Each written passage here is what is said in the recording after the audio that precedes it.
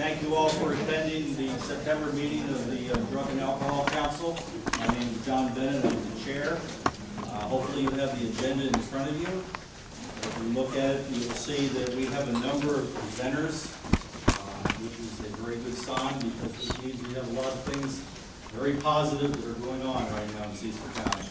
This is a great time to be part of the substance abuse solution. We've had a problem for a number of years. Now we're finding many good solutions in different modes and modalities. A couple rules of order. Usually in the past we've been very informal. Things have changed. We've had to formalize our meetings to a certain extent. Hopefully at some time in the future we'll be able to get back to the more informal where the audience actually participates with the presenters and asks questions, but judging from the number of people here in the crowd, we're just not going to be able to do that for a little while. So please understand that the presenters will present. We would ask for your courtesy.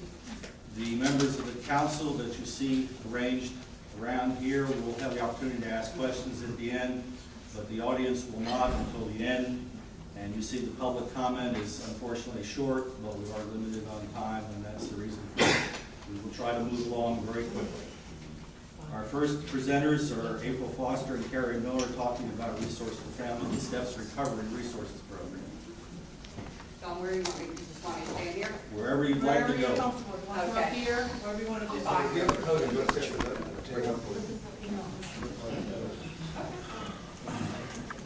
Oh, yeah. You didn't see it.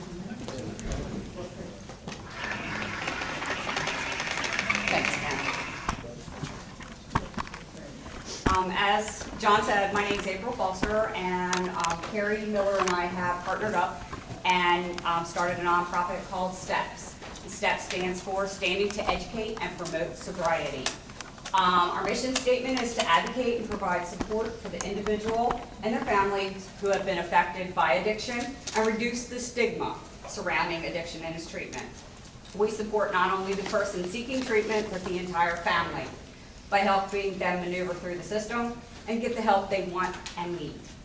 We provide this service at no cost to them. We are a nonprofit. That means there's no money in our pocket.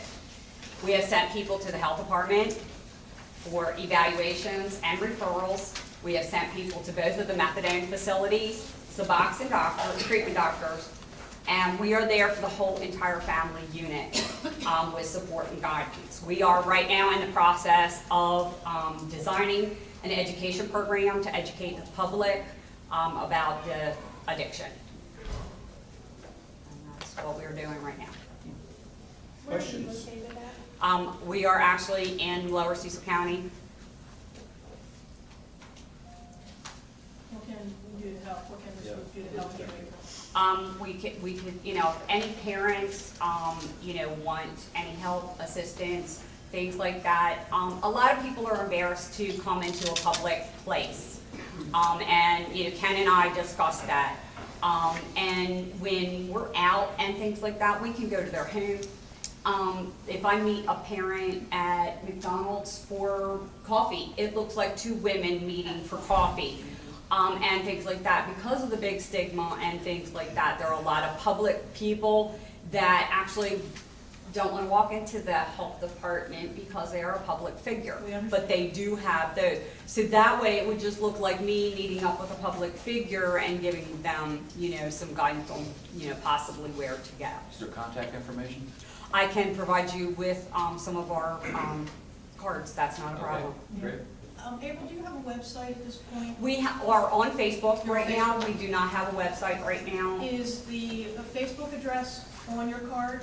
It is exactly as the name appears on our card. Good, we have your card. Yes. Okay, great. Any other questions? April, thank you so much. Yeah. Thank you for giving me the opportunity. We look forward to working with all of you now and in the future. Great. Thank you. Sorry, I saw it. There's Carrie. Hey, Carrie. How you doing? Thank you, Carrie. Next presenter, Resource for Family, is the addict's mom, Kim Foyle.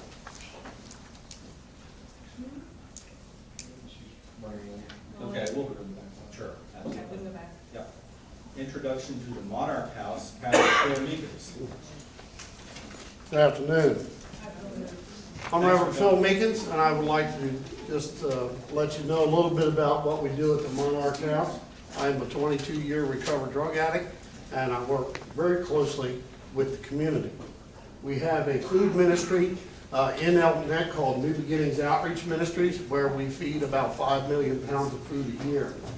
We are very closely connected with people in addiction and their families all throughout Cecil County. We actually work very closely with the Cecil County Health Department, drug and alcohol. We took upon ourselves about 4 years ago to start sending folks to long-term recovery care outside the state of Maryland for 2 reasons. One, because of availability for those folks to be able to go, and secondly, we were able to do it at a much cheaper cost. Usually we are able to send folks for a 1-year program for $750 and a 65-day program for $250 plus expenses to get the folks where they need to go. So we started to think about what would be the next step. We do actively have a Celebrate Recovery meeting on Thursday evenings at 6:30 at 790 East Old Philadelphia Road. Very soon we will be moving our Celebrate Recovery meetings to 117 East Cecil Avenue with the hopes of having Celebrate Recovery meetings 7 days a week. The Monarch House is a home in downtown Northeast that is supported by my church, New Beginnings Christian Fellowship. And the folks come there either by recommendation from the health department or from private families. And they are able to come to be counseled. They are required to do community service. They're required to have a job. They're required to go to Celebrate Recovery, and they're required to be part of the community. We currently have 2 men living there and the house manager. We also are going to be starting up with some 3-quarter living for folks who have been in recovery for more than 12 months, verifiable, and that will be at 117 East Cecil Avenue. And we're also working right now to see if we can get maybe a satellite office of the drug and alcohol down in the Northeast. And that's pretty much it right now. We've got a lot going on. Any questions? What's the typical length of stay for the Monarch House? 6 to 12 months. How many beds do you currently fill? We have 6 total and 1 for the, we have seven people who live in the house, but 1 of them's house now. And also, we have applied for the curatorship of a farm in Earlville. We are waiting for an answer back from the state agency that owns that property. When that comes about, we plan to partner with New Life Outreach Ministries in Richmond, Virginia, to bring their program to Cecil County, where we will be able to house up to 20 women at a time for a 12-month recovery program. Do you have any idea when you might know about that, when it might be available? I'm hoping that we'll find out before the first of the year. There's going to be a lot of work that needs to be done there to get started, but we have a pretty large group of folks that are willing to come and put a lot of sweat equity into the place to get it up and running. Pastor Meekin. Yes, The Celebrate Recovery, who can participate? anybody with a hurt, a hang-up, or a habit. You don't have to be a drug addict or alcoholic. We have grandmothers that come there whose grandchildren are addicted. We have folks there that are enablers that come, folks with gambling addiction, sexual addiction, bereavement, depression, whatever. It'll fit anybody. Everybody in this room could go. Are you taking any volunteers to help you, For, like building this, putting it together? You said some blood, sweat, and equity. Is there any? oh, yes, ma'am. Oh, yes, ma'am. The website for the Monarch House is monarchhouse.org. And for the ministry outreach is newbeginningschristianfellowship.com. And I'll leave some cards out on the table beforehand. We always look for volunteers. If you want to come to the warehouse and hang out on a Wednesday evening from 5 to 7 or Thursday evenings from 5:30 to 7, you'll see a very great core of folks that are involved in the epidemic that we're dealing with right now. I got to say something very quickly. I didn't start out to work in addictions and all that sort of thing. I was one of those anonymous people. But when the food ministry first started, we did deliveries from house to house to every neighborhood in this county. And that's where I saw the depth of how bad this problem really is. And I appreciate y'all being here today. It's really good to see this many people. You, All right? I have a question. You know, you have a farmer's market in the Northeast, that I'm sure you know. Yes. They have leftover food at the end of the day that they don't sell. Is that a possible resource you could tap into? Yes, sir. We'll take any of the free food we get. All of our food that's donated to the ministry is donated. We don't buy any of the food. In order for that to work, we need someone there at the end of the farmer's market to collect the food and get it to you. As long as they call me, we can take care of that. Let's see if you can work on that. I'd just like to comment that Pastor Meek was kind enough to invite Mike and I to go visit. It's a beautiful house. It's very exciting to have this in Cecil County. It's interesting, 15 months ago, there were no recovery houses in Cecil County. And with your help and with the Dexter House and Charlotte House, there are now actually 4 recovery houses. And that's big. Our long range desire is to have a long-term recovery facility for women on one end of the county and one on the other end of the county for men that we will support. Is that property in Irville one of the DNR curator Yes. properties? Yes.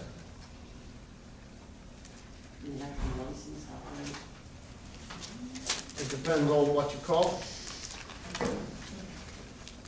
This is gonna be a recovery house. But the folks that would be coming from New Life International are all licensed to operate a facility like that. They've been doing this business for 45 years. That's why I leaned on them to be able to do that and not to reinvent the wheel. Great. Any other questions? Lots of positive news. Thank you very much. Thank you.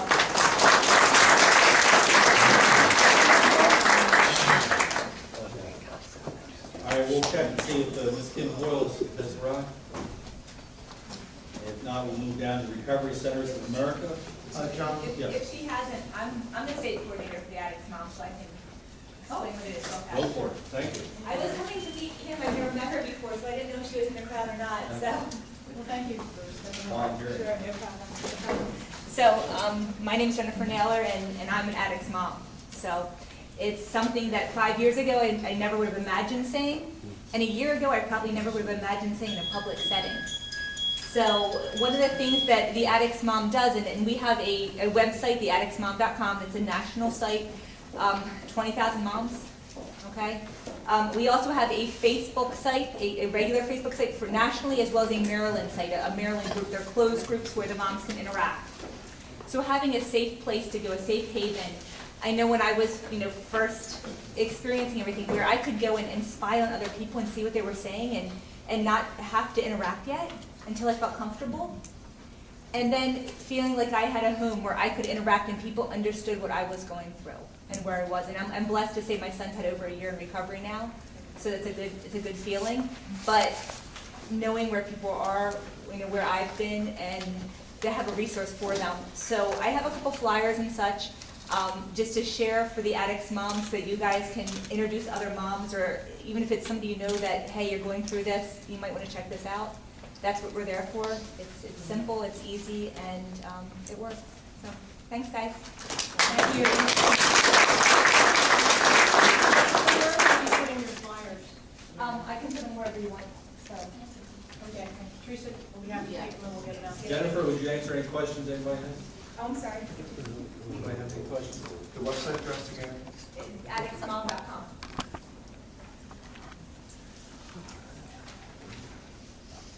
Okay, thank you. And as I said before, introduction to Recovery Centers of America, Darcy Brazel and Jay Goots.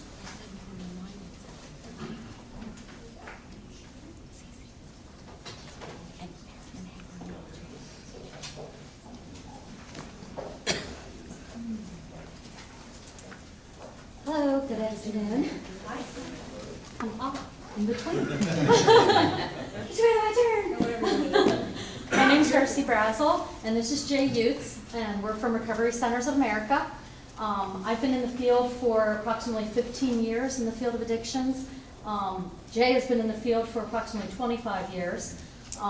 So we love what we do, we love being in this field, and we like getting people better and getting people clean and sober. So, that's what we're about. So our mission at RCA is to inspire and empower individuals suffering from the disease of addiction across America to enter into recovery, one person, one step, and one community at a time. So that's our overall mission at Recovery Centers. We have an ultimate vision and goal to get 1 million people clean and sober. We have recently gone under agreement to purchase a property in Earlville, Maryland. It's 314 Grove Neck Road is the facility. It's the old or previous MDNA retreat. It's a very large mansion retreat house with, oh gosh, a lot of acreage. I think it's like 500 acres. It was MDNA? Yes. Breakfast? Yes. We are in the midst of purchasing that program. We are going to be going to closing, I think it's in October or November we close on it. And we're looking to open up operations there in the new year. We're gonna have 50 beds there. We're looking to do detoxification services and short-term residential services for patients at this site. So we did bring packets of brochures with a lot of information and our business cards and everything, and I just set them on the table there for anybody who wants it.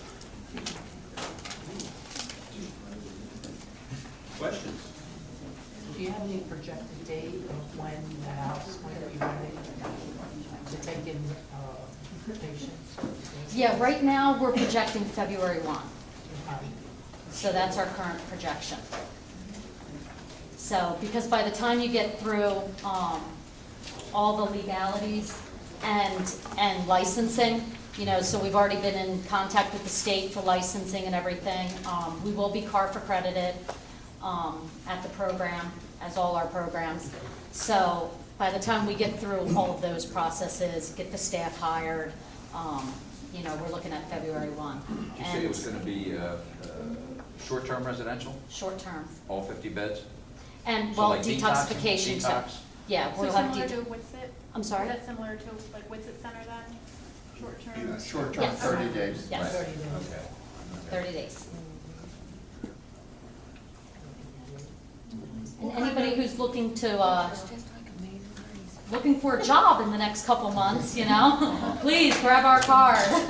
We hire only professionals. We like to hire master level counselors, although we do have some bachelor level counselors. We do have nursing 24/7, so we have nurses on site 24/7. Is this privately or publicly funded? This is private. Fee for service? Not fee for service. It'll be private insurances, self-pay, and we may do we've been talking with Cecil County about doing some other things with Cecil County, especially around detox beds. Thank you very much. I think it's important to note that this program, as it's proposed, is very similar to the Father Martin Ashley program in Harper County, in regards to the caliber in which you're hoping to accomplish. We're glad you're here because there's an important need in this county for this service, and we wish you well. How can this group best help you? Right now, I guess just being supportive if we hit any roadblocks. I mean, thankfully, we haven't hit any roadblocks in this county. Some of our other facilities, we've hit roadblocks when it comes to zoning or, and gone to town hall meetings and they get up the torches and pitchforks at us, But we haven't hit any of that yet. So, we're moving forward. And I guess if we need any assistance, with reaching out, we want to reach out to the recovering community as we get closer to opening, because that's really big for us. We like to have the families involved. We like to have the recovering community involved in everything we do. So as we get closer to the date, we're going to be reaching out more. So. Darcy, you may have mentioned this before. What is your catchment area? Where are you going to draw from? East Coast, across the No. country? No, we like to draw locally. We value ourselves as being in the community, so we want families to be able to come to our facility and, and come to family therapy. We don't want them to have to get on a plane to come to family therapy or drive 6 hours.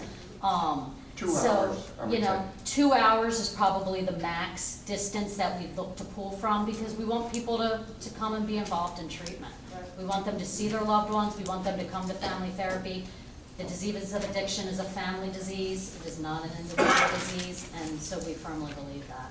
So that, I want to ask one additional question. You may have touched on it indirectly. In addition to private insurance and self-pay, are you looking for any options for people who don't have insurance that covers this? We are. May not have all the dollars? We are. And we typically do scholarships. So we typically do a certain amount of scholarships.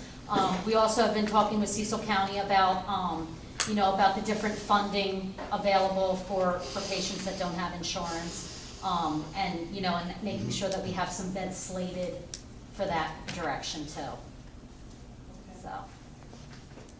Darcy, will you be around for after the meeting? We have 3 members of the press in the front row. I know they would like to ask lots of questions.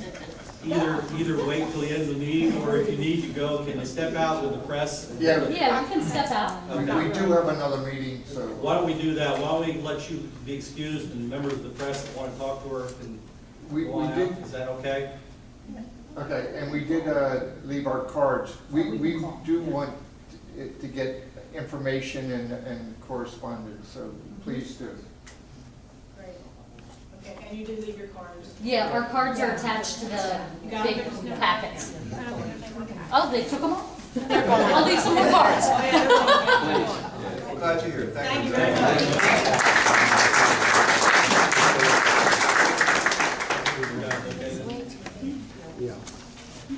Update on overdose response activities of the eminent Kenneth Collins.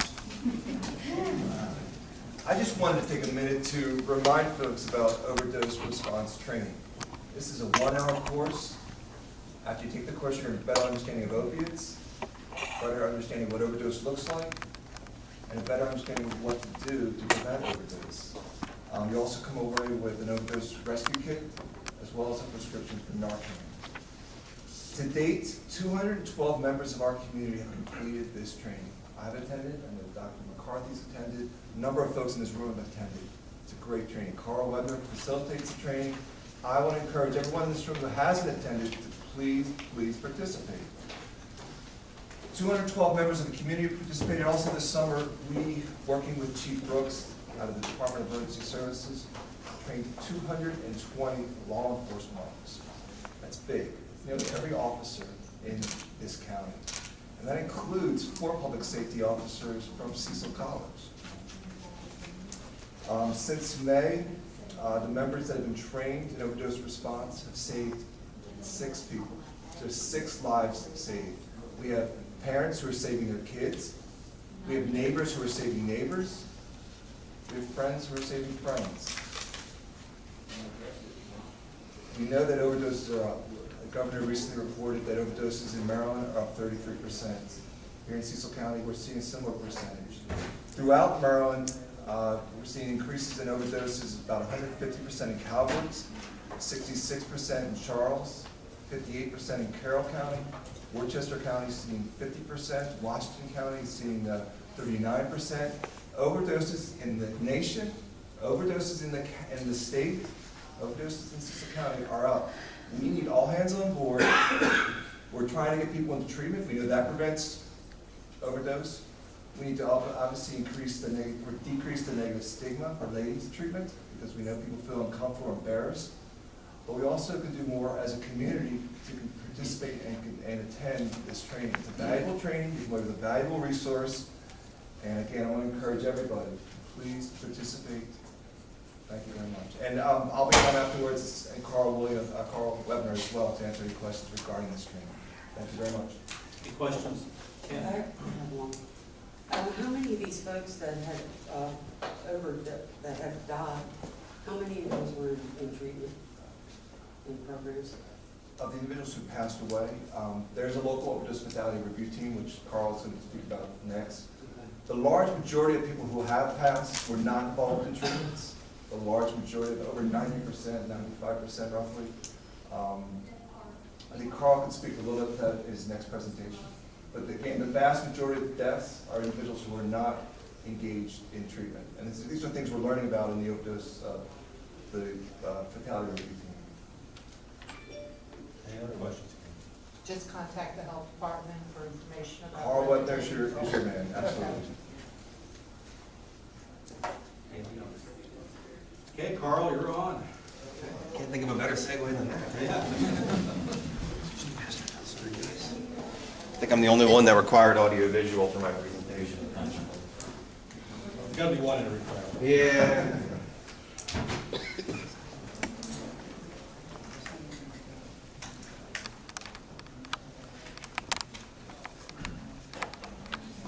You have the clicker slide. Thank you. You all see that better? Yes. Okay. For anyone in the audience that wants access to this, I'm going to place the ones that, it's going to be the exact same presentation on the table once it's over. This is information. Can you pass this down for me, Ken? Okay, thanks, Ken. So my name is Carl Webner, and I'm the Overdose Prevention Coordinator for Cecil County. And besides the Narcan trainings, the Overdose Response Program, one of the things that we're doing as of February of this year is the local overdose fatality review team.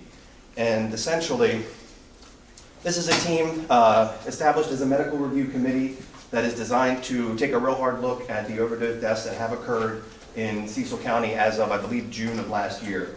It's kind of a social autopsy format, in the sense that we get the information from the Office of the Chief Medical Examiner in Baltimore, and we bring together most of the major agencies in Cecil County that these victims are likely to have been in contact with.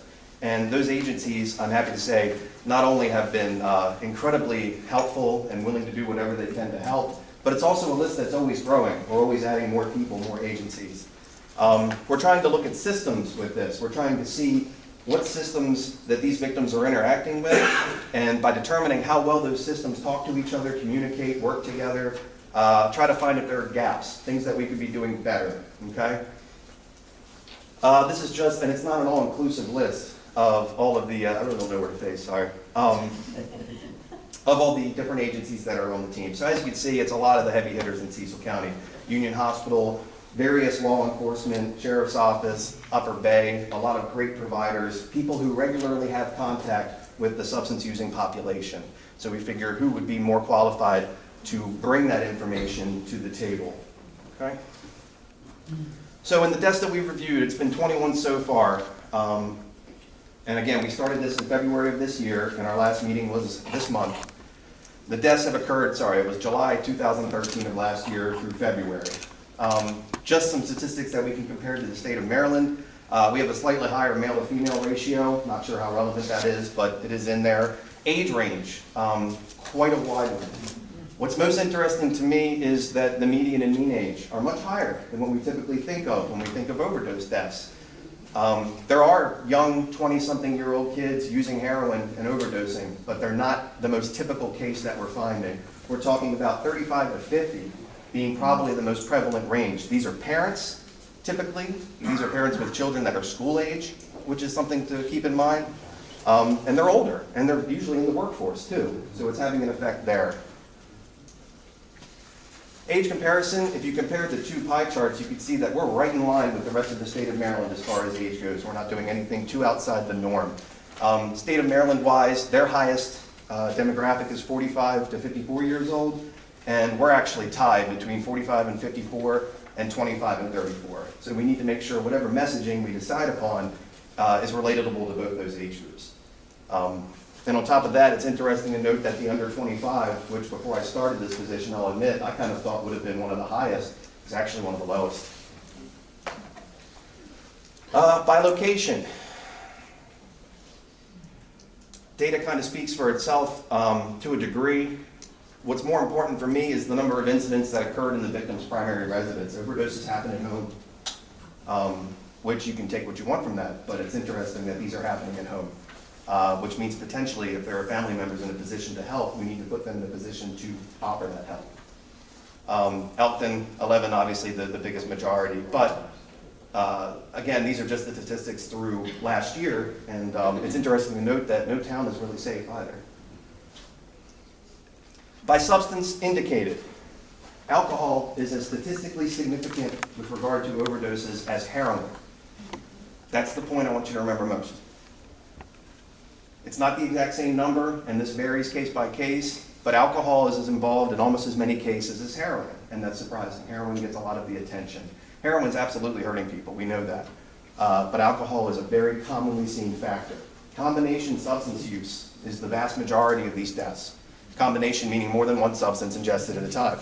Addiction is a disease based on when, not so much what, and when is usually now, and what's more effective than ingesting multiple substances. Unfortunately, it's too effective in that it affects respiratory function. Also worth noting, methadone. 1 out of 21 cases. That means 1 death was enrolled in a medication-assisted treatment program. 1 out of 21, not a very high number. And this just gives you a visual representation of what I just said. So we compare on the right side, heroin on the top, alcohol on the bottom, very similar statistically. And I know I'm going fast, but I only have 10 minutes. It's slow up here. Fentanyl. No fentanyl deaths. Unfortunately, I just found out that this is no longer the case. These numbers are through February, because we've actually reviewed them at LOFRT. Our first fentanyl death occurred in May of this year, and we have not gotten around to make cases yet. So we have had 1. Also, like I said, combination intoxication deaths are the most common by far. It's not very common to see a single drug used, which leads to intoxication death. Almost always it's multiple substances, and oftentimes more than 2. Carl, are you Yes. interruptible, or should I? No, go ahead. I think it would be important for everybody to understand the time period between the death and when our local team gets the report. It's pretty significant. It's a time, yeah. Yeah, The Office of the Chief Medical Examiner takes time as well. Absolutely. There has to be a full investigation. All the information gets sent down to Baltimore. The chief medical examiner has to do a full or partial autopsy. ADAA takes the information and basically puts it in a file, password protects it, sends it to me. I have to call them for the password. There's a lot of things in place, and it takes months. That's why this is through February, and I'm just now getting cases that are May and June and July. So there is a little bit of a time lapse there. Thanks, Carl. General conclusions. 11 incidents where we think that, or we see evidence that overdose response training that Ken was just talking about, this is the Narcan program to use the general term for it, could have been beneficial to the victim, meaning that there was someone in the household that could have been capable of overdose response had they been trained, had they had access to naloxone. Obviously, this includes family members, parents, significant other, those types of things, but also halfway housing staff, recovery housing staff. And I'm proud to say that the recovery houses in this community have been very willing, as well as the other treatment providers, to work with us on that. Also, those individuals who recently released from incarceration, any period where they're not using, obviously the tolerance goes down there. 7 incidents that deal directly with the need to give family members some type of professional intervention. Family treatment is kind of it's there, but there could always be more of it, more easily accessible and more talked about. Stigma plays in a lot with this too. Family members don't like to admit that they have a loved one who's addicted. It's hard. So therefore they don't seek out the services that we are seeing that they could benefit from, because it would enable them to help their loved one rather than lead to an intoxication death. 7 incidents in which alcohol was named as a primary or contributing substance. Again, I can't stress this one enough, and it surprised me too, to a degree. Cecil County, if you look at the study that was done a year or 2 ago involving the kind of culture of this county, what concerns it, marijuana and alcohol were not identified as real major concerns. Alcohol is a major factor in overdose, and that's what we're seeing, again, with combination use. 3 incidents that suggest the need for increased follow-up. This is walking someone through that continuum of care. Okay, you finished inpatient, that's great. Did you make it to that outpatient appointment? Did you get enrolled? Also, if someone's leaving, again, a period of incarceration, were we able to do a warm handoff to some type of services. We have a lot of people falling through cracks in that way. So 3 cases specifically where if someone had been able to follow up, it could have made a difference. 18, that suggests the need for stronger collaboration with primary care. We need to start looking at addiction, wellness, health, mental health, all under the same umbrella. And we need to start talking to doctors. And it's not just the doctor's fault. It's a combination of the culture and that it's always been, here's your mental health and here's your substance abuse and here's your personal wellness. And we'll talk to each other, but it's hard to get all those things on the same page. So working on trying to do that. One way, 8 of those 18, prescription drug monitoring program. Making it more accessible, increasing the need to use it, possibly making it kind of required, but that's kind of a long story. 5 incidents that suggest the need for physicians to use expert. 2 questions a doctor can ask and have a 90% chance of identifying a substance use disorder accurately. 2 questions, it takes 30 seconds. We need doctors to start doing that and then doing the appropriate referral, rather than how do you feel, okay, you're good. 5 incidents in which the victims could have benefited from stronger working relationships. This is picking up the phone, looking at treatment as a entire system, treating the person, all systems at the same time. 2 incidents in which the victim's insurance provider became a barrier. Paneling is kind of complex, and I don't really want to try and explain it because I'm not good at it, but insurance can sometimes be the toughest thing to deal with, even when the client has it, and situations can occur in which the individual loses their access to care because a particular provider left, and they were the only one that was allowed, paneled, to work with that insurance provider. Or the insurance, there was no one in the area accessible within a 30-mile drive, or they didn't have transportation that provided the service that the insurance would cover. So unfortunately, it's times when insurance is becoming detrimental to the person, they'd be better off almost not having it. And 3 incidents involving veterans that we know of.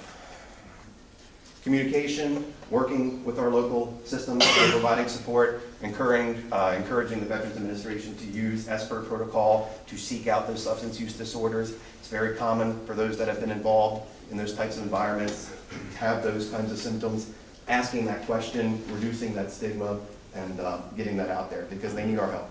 3 out of 21 veterans. And just conclusion, moving forward, we plan to keep doing what we're doing, identifying these and informing the state of Maryland with regard to those findings and trying to plug holes. There have been some local, I'm sure I'm close to 10 minutes now. There have been some local changes that have already been implemented. For example, Upper Bay now requires all of their employees to do overdose response training, which is great. So those types of local changes we love too, but that's it for me. Any questions, guys? Yeah, have they changed the prescription monitoring program for the primary care to see the history of the patient? They couldn't before. They couldn't see if they were in a treatment. It's still not a requirement, Kelly, for physicians to go into the monitoring program. It's required for the pharmacist to enter data. But the doctor can't see it anyway, even if he was to go into the system. I'm not sure. They can't see if a patient's in treatment or not. I mean, they would only be able to see medications. You mean substance abuse treatment? That is correct. Oh, okay, I got you. No, I think it's looking So at they medication. can Okay, essentially give them more opiates, I get you. you know. Sure. And not all of them are very forthcoming, saying, you know, the treatment program. Don't give me something for my foot that you just ran into, you know, it's just, you know. Maybe ESPER would help there as well. There was discussion about substance abuse during the. I've been screaming about this for months. Dr. McCarthy. Heroin overdose causes death by respiratory depression. How does alcohol? Same. They're both central nervous system depressants. Okay. So there's usually massive amounts of alcohol are consumed in these cases, I guess. Typically, they're combined with either prescription opiates, a benzodiazepine, or cocaine we've seen. Okay. It's the combination. I mean, it is possible to solely use alcohol to the point where you no longer can breathe, but typically we're seeing combination use. Any other questions? Thank you, Carl. Okay, thank you.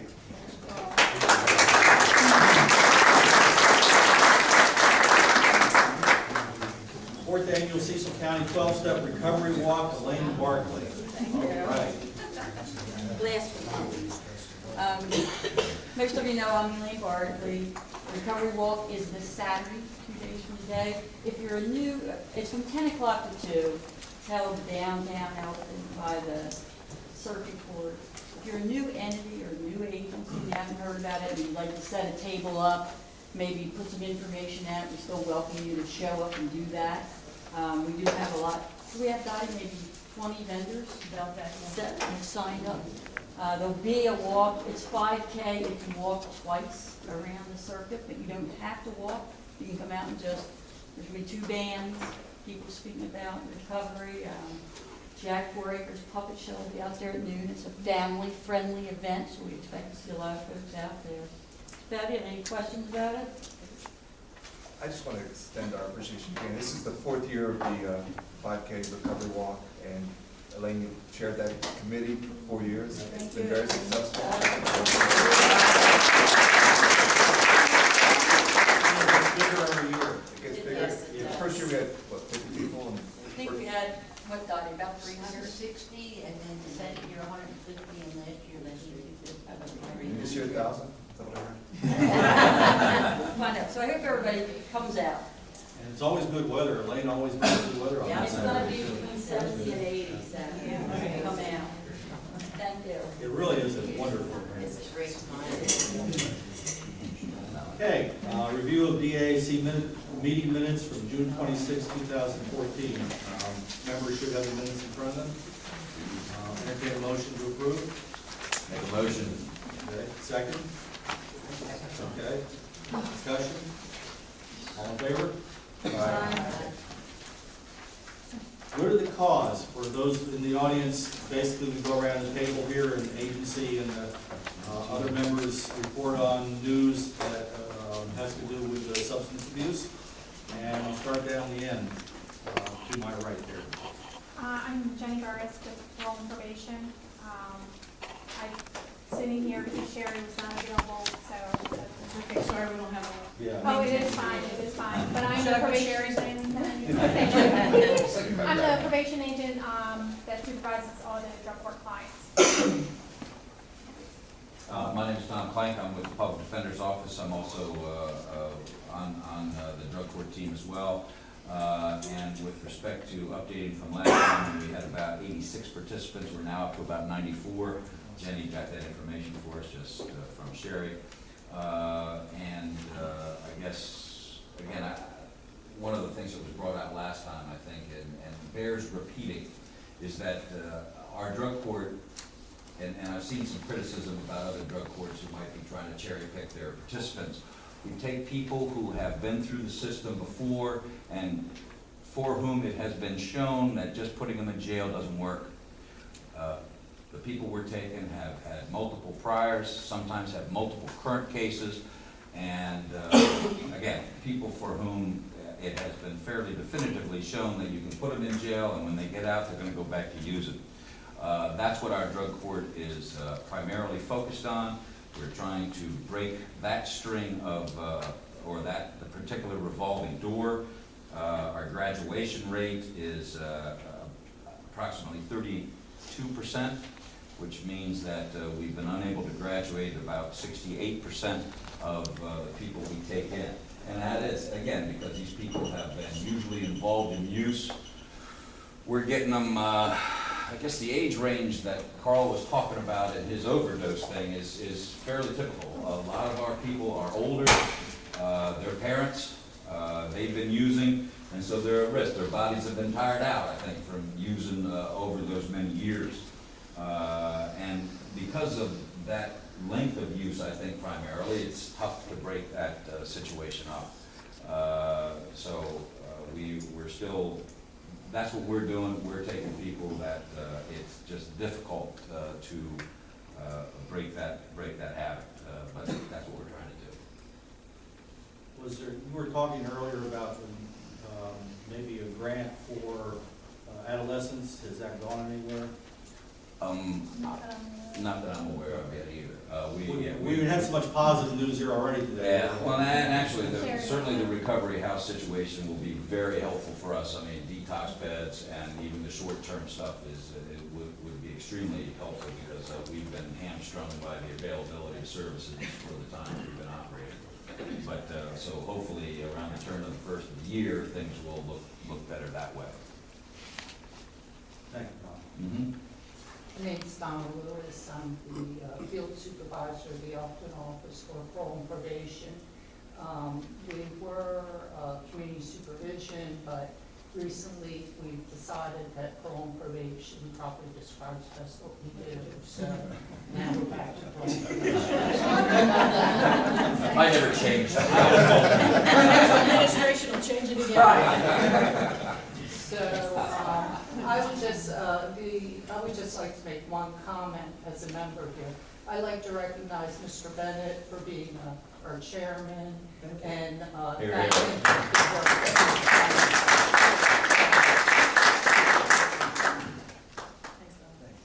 Nancy, good to see you. Yeah.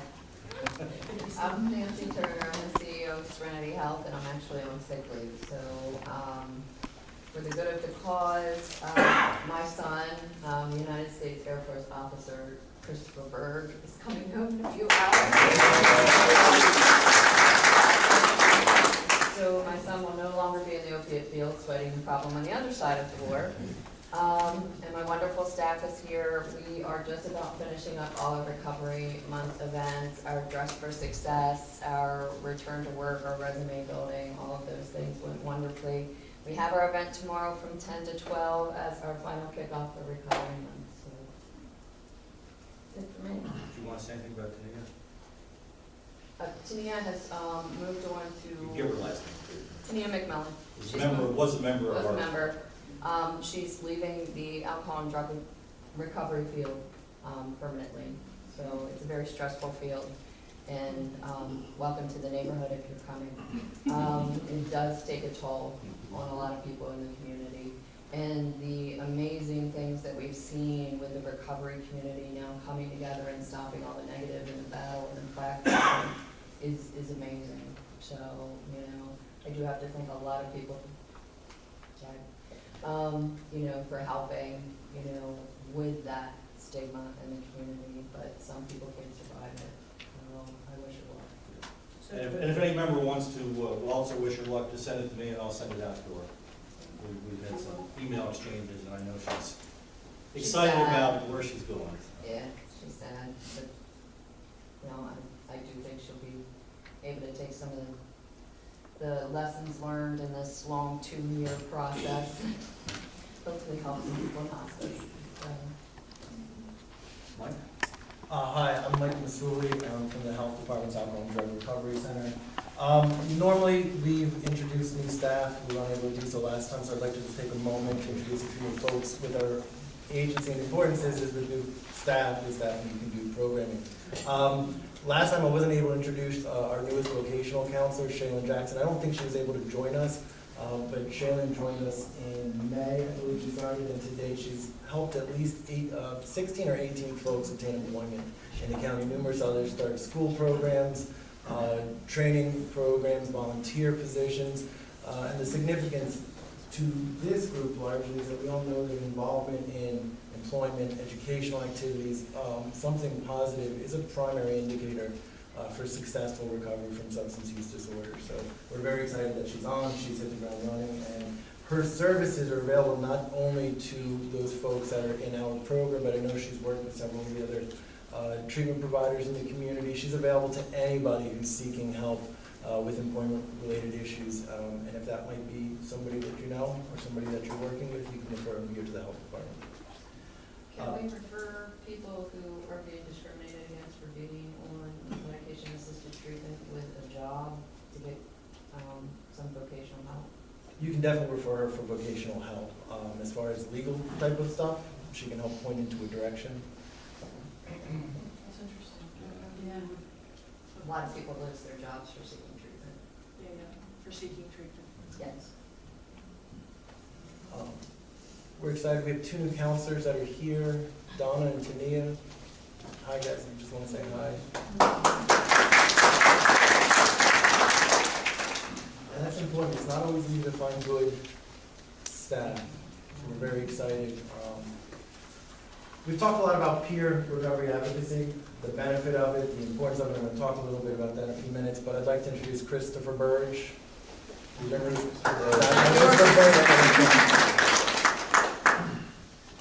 Christopher started with us yesterday, officially as an employed peer recovery advocate. I'm excited also, within the next 2 weeks, we'll have 2 more peer recovery advocates on staff.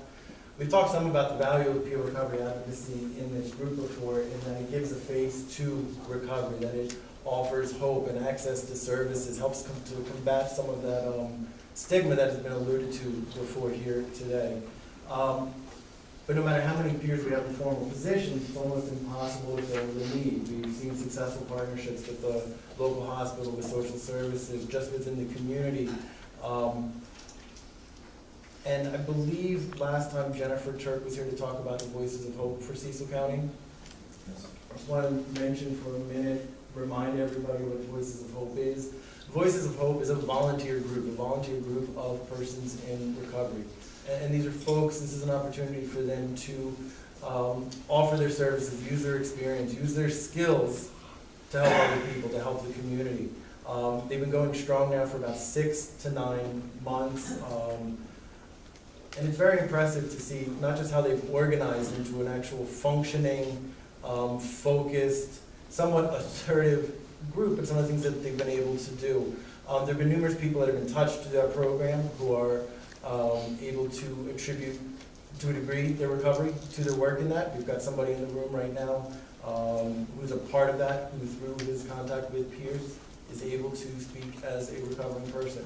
And I think that's a really strong message.